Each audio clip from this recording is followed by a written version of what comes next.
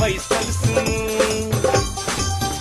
Janaki ATM सदखन अही सबके आई मन माफी कपन बात ऐसा सुनू जानकी एटीएम सदखन अही सबके आई मन माफी कपन बात ऐसा सुनू सुनू सुनू विकलांग गर्व जानकी एटीएम 106 मेगा।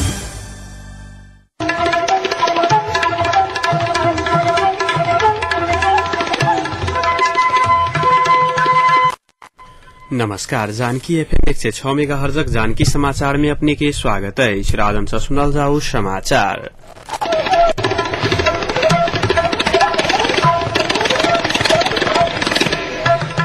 एखनु का मुख्य समाचार।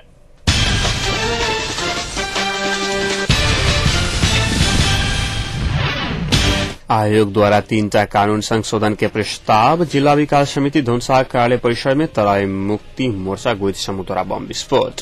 अपहरण हत्या सहितक अपराध में संलग्न 3 गोटे धुनसा पुलिस द्वारा सार्वजनिक। आगामी वैशाख 1 गते से जनकपुर नगरपालिका भवन संहिता करत लागू।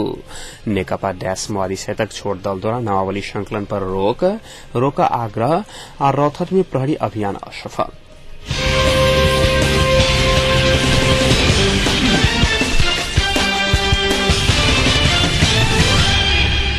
निर्वाचन आयोग निर्वाचन से संबंधित कानून संशोधन के लिए तैयार करने मस्यौदा के अंतिम रूप दिलाखा आयोग कार्यालय कांतिपथ में आइबोर बैसल आयोग पदाधिकारी सबक बैसार से कानून संशोधन के प्रस्ताव के अंतिम रूप दिल गया। बैसार से निर्वाचन संबंधी कानून, संविधान सभा निर्वाचन संबंधी कानून और मतदाता नामावली संबंधी कानून संशोधन के प्रस्ताव कर के निर्णय कलाखा आयोग से आगामी संविधान सभा के चुनाव में कुल सदर मत के कमती में 1% मत प्राप्त करे वाला दल के मात्र समानुपाती के सीट देवा पड़ा के प्रस्ताव समेत सरकार समक्ष पठौलाखा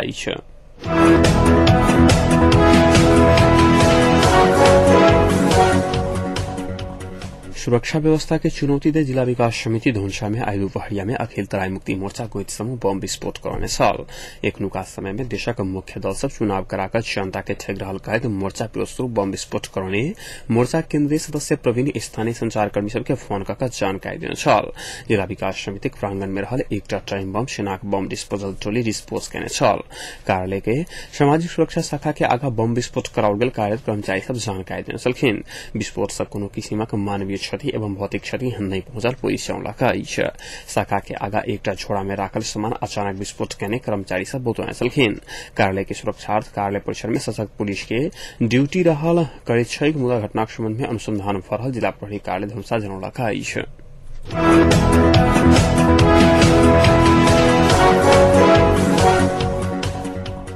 हत्या अपहरण सहित घटना में संलग्न एकटा भारतीय नागरिक सहित 3 गोटे के धुनसा पुलिस गिरफ्तार कलाका अलग अलग हत्या घटना में संलग्न ढलकायत पुलिस नियंत्रण मिलने 3 गोटे के आई अंचल प्रहरी कार्यालय जनकपुर में पत्रकार सम्मेलन का सार्वजनिक केने छल।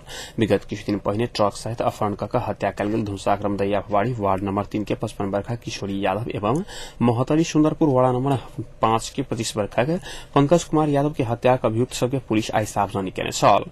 पत्रकार सम्मेलन में पुलिस सिराहा जिला और नमा वार्ड नंबर 9 के धनिक लाल महतो, सीमावर्ती बीठामोड़ हनुमान नगर के एलू नारायण, आधुनसा भरतपुर वार्ड नंबर 3 छोगरिया कुशेश्वर ठाकुर के सार्वजनिक इलाका विगत पुष 13 गते मोहतरी के रामनगर स्थित चीनी मिल से कुशियार पहुंचाकर घूर रहा समय में ट्रक मालिक एवं चालक यादव के अपहरण कर गिरफ्तार अभियुक्त हत्या के प्रारंभिक अनुसंधान से देखवा में आयल जनकपुर अंचल प्रहरी प्रमुख शिवला मिछानी जानकारी देने चलखिन।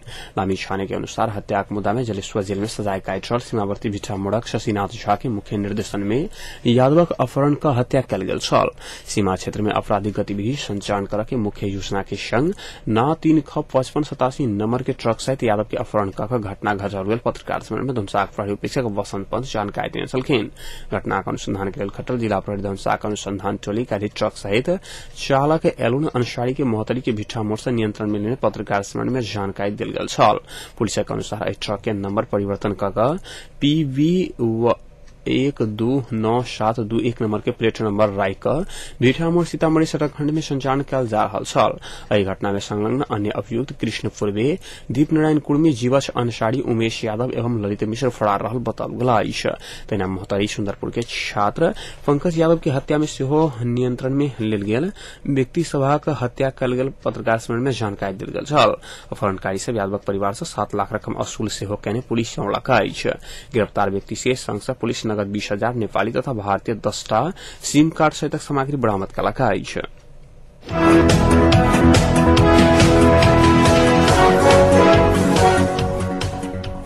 ऐतिहासिक नगरी जनकपुर में बिना मापदण्ड भवन निर्माणक काज दिन प्रतिदिन बढ़ि रहल अछि। जथाभावी रूप से निर्माण भ रहल भवन सभक कारण नगर कुरूप बनैत जा रहल अछि।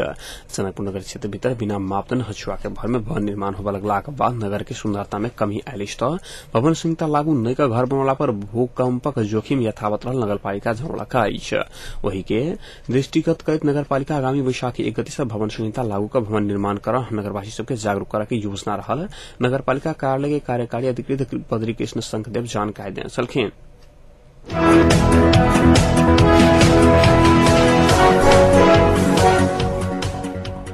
मधेसी पत्रकार समाजक जारी बंद सत्र से सचिव मेघनुषा से अतीश मिश्र, कोषाध्यक्ष में वीरेन्द्र कर्ण आ केन्द्रीय सदस्य में संजीव झा निर्विरोध चयन भेला अछि। समाजक अध्यक्ष पद के लिए 5 गोटे उम्मीदवारी दर्ता करौने छैक। अधिवेशन अंतर्गत निर्वाचनक संभावना बढ़ल बुझबा में आयल अछि।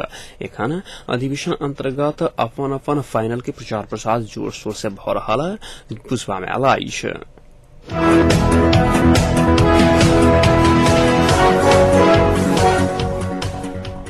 गृह तथा परराष्ट्र मंत्री माधव प्रसाद घिमिरे चुनाव के लेल सरकार तैयारी पूरा क चुकल दावा कयने छलखिन। भागलपुर में एकटा कार्यक्रम के संबोधन करैत मंत्री घिमिरे सरकार अविलंब संविधान सभा के निर्वाचन करा कऽ अपन जिम्मेवारी पूरा करबाक लेल आतुर रहल बतौने छलखिन। सरकार अपन संपूर्ण ध्यान चुनाव तरफ केन्द्रित कयने अछि कहैत सब दल के चुनाव में सहभागी हेबाक लेल ओ आग्रह कयने छलखिन। देशक संपूर्ण क्रियाशील संपूर्ण दल के निर्वाचन में भाग लेबाक वातावरण बनाबय लेल सरकार गंभीर रहल हुनक कहब छलनि।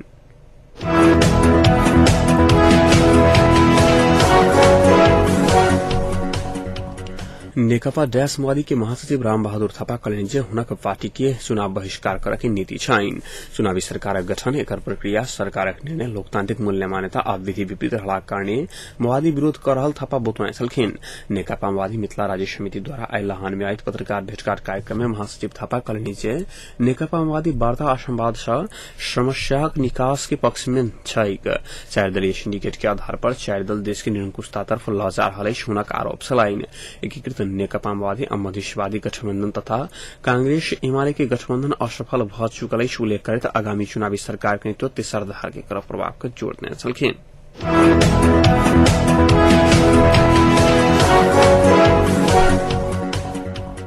महातरी जिलाक बलबा में आई एक गोटे के मारपीट से मृत्यु भेल अछि। मृत्यु होबला में बलबा 8 निवासी 16 वर्षक हरिकृष्ण कुमार राम रहल। जिला प्रहरी कार्यालय महातरी जनौलक अछि। रवि दिन राति जगह संबंधी भेल विवाद के कारण माथ में गंभीर चोट लागल राम के तत्काल उपचार के लेल जिला अस्पताल दिलसुर में पहुंचाओल गेल छल।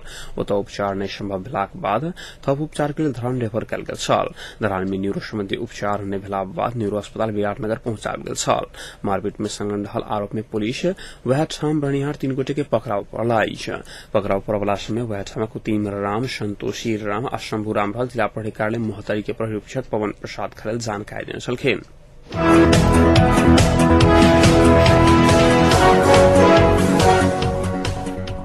संविधान सभा चुनाव के लिए आवश्यक एन कानून मस्यौदा के अंतिम रूप देबऽ के विषय में विमर्श करबा लेल निर्वाचन आयोग के बैसार आय बैसल छल। आयोगक पदाधिकारी बैसार कानूनी मस्यौदा के अंतिम रूप देबाक लेल आयोग के सरकार समक्ष पठौने आयोग जनौलक अछि।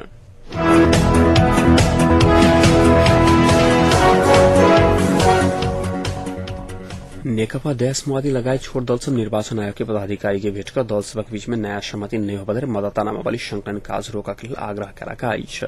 आयोगक कार्यालय कांतिपथ पहुंच कऽ विभिन्न 53 दलक प्रतिनिधि सब प्रमुख 4 राजनीतिक शक्ति बीच भेल सहमति असंवैधानिक रहल कहैत ओहि के लेल सोचियाबा धरि तक के लेल नामावली संकलन काज रोका के लेल आग्रह कयने छल।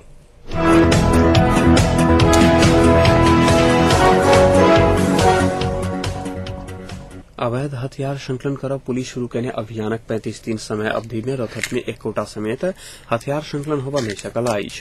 जिला प्रहरी कार्यालय रथट से एकौटा समेत हथियार संकलन होबा नहीं सकल आइछ। जिला प्रहरी कार्यालय देने समय सीमा भीतर रेप दिन सम्पन्न भेलाक बादो एखन देर केओ हथियार नहीं बुझने आइछ। जिलाक विभिन्न क्षेत्र में रहल अवैध हथियार संकलन के लिए आब पुलिस सर्च अभियान शुरू करके तैयारी करने आइछ।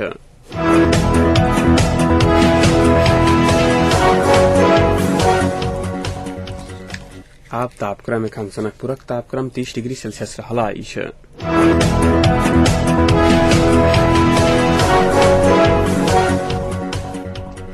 प्रमुख समाचार अंत में पुनः एक बेर फेर सा।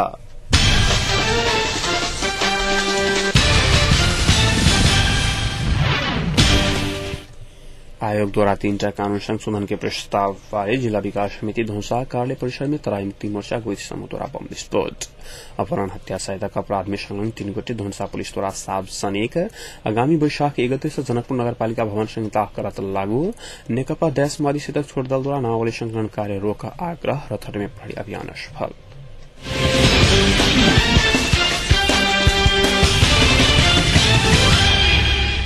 अहिक संग एखनुका जानकी समाचार होते सम्पन्न होते समाचार कक्षक संपूर्ण सहकर्मी के संग हम राजन आज्ञा चाहब। समाचार दूसरा बुलेटिन के संग कैलवड़ उपस्थित रहटा करब। तादेक लिए सुनते जानकी FM 106 मेगाहर्ट्ज। नमस्कार, शुभ रात्रि।